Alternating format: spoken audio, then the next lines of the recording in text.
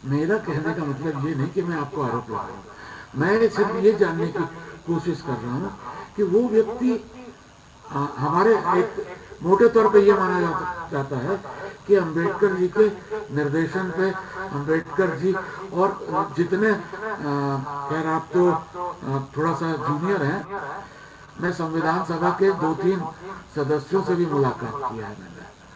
मैं जान रहा हूँ, मैं समझ रहा हूँ वहाँ पर वो एक पत्रकारिता के 40 साल के दौर में मैंने देखा है कैसे बनती, कैसे ड्राफ्ट होते हैं। लेकिन मैं मोटे तौर पर मैं मानता हूँ अपने अनुभव के आधार पर कि ये सिर्फ और सिर्फ अम्बेडकर जी का दिमाग है और कुछ जज और बाकी जो संविधान सभा के जो सदस्य थे वो मुझे लगता है कि वो केवल सहमति असहमति के स्तर पर थे, ऐसा मुझे जैसा मैंने देखा था। आज़ाद हिंदुस्तान है, अपनी गलतफहमी में जीने का सबको अधिकार है, आपको भी अधिकार है जी। चलिए, मैं गलतफहमी में आप हो सकता कॉन्स्टिट्यूशनल हूँ। लॉ के जानकार हैं या नहीं हैं, आपने कॉन्स्टिट्यूशन मेकिंग पर क्या पढ़ा है नहीं पढ़ा है, हम शून्य से शुरू नहीं कर रहे हैं। हम लोग 2023 के पहले दिन बात कर रहे हैं। कॉन्स्टिट्यूशन मेकिंग पर हम पिछले 70-72 सालों से बात कर रहे हैं। देश विदेश के बड़े विद्वानों ने पर्याप्त मात्रा में किताबें लिखी हैं। सुप्रीम कोर्ट कॉन्स्टिट्यूशन मेकिंग पर कम से कम 2-4 दर्जन बार अपने निर्णयों में बात कह चुका है। संविधान का निर्वचन कैसे करना है इसको लेकर के हम 13 जजों की बेंच तक गए हैं। तो ये कोई नई स्लेट पर तो हम बात कर नहीं रहे हैं, ठीक है। इस पर काफ़ी कुछ लिखा पढ़ा जा चुका है। कोई व्यक्ति क्या सोचता है, एक निजी व्यक्ति क्या सोचता है, मैं बार बार जब अपनी निजी राय बताता हूँ तो स्पष्ट करता हूँ कि ये मेरी निजी राय है। जहाँ तक संविधान निर्माण का प्रश्न है, इस पर सुप्रीम कोर्ट ने कई बार कहा है, कई बड़े विद्वानों ने, जेनिंग्स से हम इवोर जेनिंग्स से शुरू करते हैं, कैम्ब्रिज के वाइस चांसलर से, और फिर आप पी.के. त्रिपाठी पर आएँ, एस.पी. साठे पर आएँ, एक लंबी लाइन डी.डी. बासु पर, एच.एम. सीरवई, अरविंद दातार तक, जितने महान लोगों ने, वी.एन. शुक्ला, संविधान की व्याख्या, संविधान निर्माण के इतिहास पर लिखा है। इसको व्यक्तियों पर कभी नहीं बांधना चाहिए। इतनी बड़ी चीज़, हम लोग किसी फ्रेंच कॉन्स्टिट्यूशन या अमेरिकन कॉन्स्टिट्यूशन की बात नहीं कर रहे हैं जहां लिखने की जिम्मेदारी सिर्फ 1 या 2 लोगों पर थी या एक स्टेज में ये हो गया। ये 3-4 स्टेजेस में हुआ।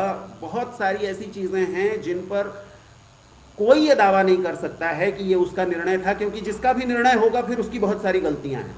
तो मैं ये बहुत स्पष्ट करता हूँ, इस विचार से हमको बाहर निकल जाना चाहिए, क्योंकि गलतियाँ इसके लिए बार बार इस तरीके की हुई हैं। मैं आपको एक छोटा सा उदाहरण देता हूँ, आरक्षण का ही दे सकता हूँ।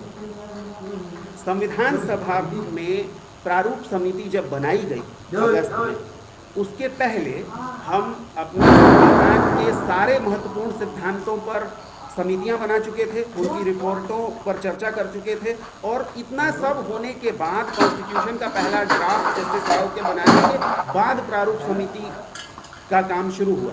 लेकिन आप गौर करें कि प्रारूप समिति के जो सबसे वरिष्ठ सदस्य थे, सर अल्लाडी कृष्णस्वामी अय्यर, जिनका सम्मान इतना था कि प्रारूप समिति की कई बैठकों में जिसमें कि वे नहीं आ पाते थे और कुछ निर्णय ले लिए जाते थे, वो उनके आने पर दोबारा खोले गए और उन पर दोबारा चर्चा हुई। आप प्रारूप समिति की बैठकों के मिनट्स देख सकते हैं बी शिवा राव की किताब पर, जिसे Indian institute of public administration ने 60 के दशक में छापा था। गौर करिए कि आरक्षण पर पहला बड़ा मुकदमा जो संविधान पीठ ने सुना, चंपकम दोराई राजन और बी वेंकट रमणा, उसमें चंपकम दोराई राजन की तरफ से आर्ग्यूमेंट कर रहे थे सर अल्लाडी कृष्णस्वामी अय्यर।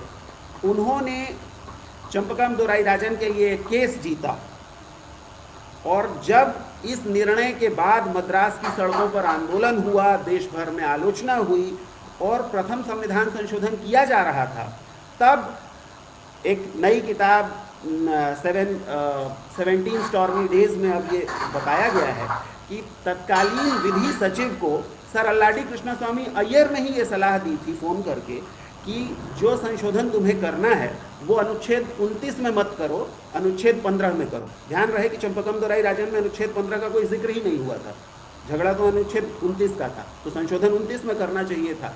जिस व्यक्ति ने संविधान लिखने में भूमिका निभाई, उसने जाकर के सुप्रीम कोर्ट में केस लड़ा, और उसके बाद उसको काउंटर करने के लिए जो उपाय था वो भी वही व्यक्ति बता रहा है। तो व्यक्तियों के निजी ज्ञान, उनके जीवन के अनुभव, उनके दूसरे अनुभव, उनके दूसरे कार्यकलाप को हम संविधान निर्माण से न जोड़ें। संविधान में जो दिख रहा है हमें, उसके जो डॉक्यूमेंट्स हैं सिर्फ उसको देखें, उस पर बात करें। मैं सिर्फ ये कहने की कोशिश कर रहा था कि जब तक हम एक्सक्लूजन के व्यू पॉइंट से आरक्षण को देखना शुरू नहीं करेंगे और उस पर समाजशास्त्र के मानकों के आधार पर स्टडीज शुरू नहीं करेंगे, तब तक ये झगड़ा बना रहेगा। लेकिन ये झगड़ा तो इसलिए भी है क्योंकि हमने जातिगत विभेद पर ही भारतीय गणतंत्र में कहाँ चर्चा की है। हमने सीधे सीधे एक लकीर खींच रखी है जिसमें कि एक वर्ग यह कहता है कि जातिगत विभेद पर दूसरे लोग नहीं बोलेंगे, जो दूसरा वर्ग है वो जातिगत विभेद पर बहुत ही हवाई बातें करता है। जातिगत विभेद 1950 में कैसा था, 1970 में कैसा था, सन 2000 में कैसा था, सन 2020 में कैसा था, इस पर हमने कोई बहुत गहरा अध्ययन नहीं किया है, इस पर हमने कोई खुली चर्चा नहीं की है।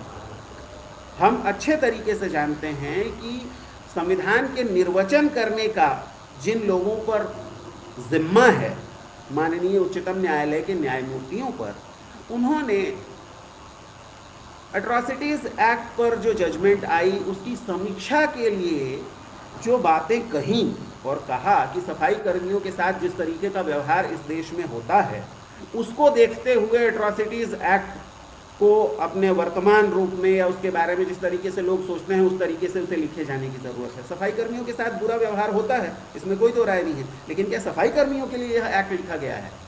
इस एक्ट में एसटी भी शामिल है, शेड्यूल्ड ट्राइब भी शामिल है।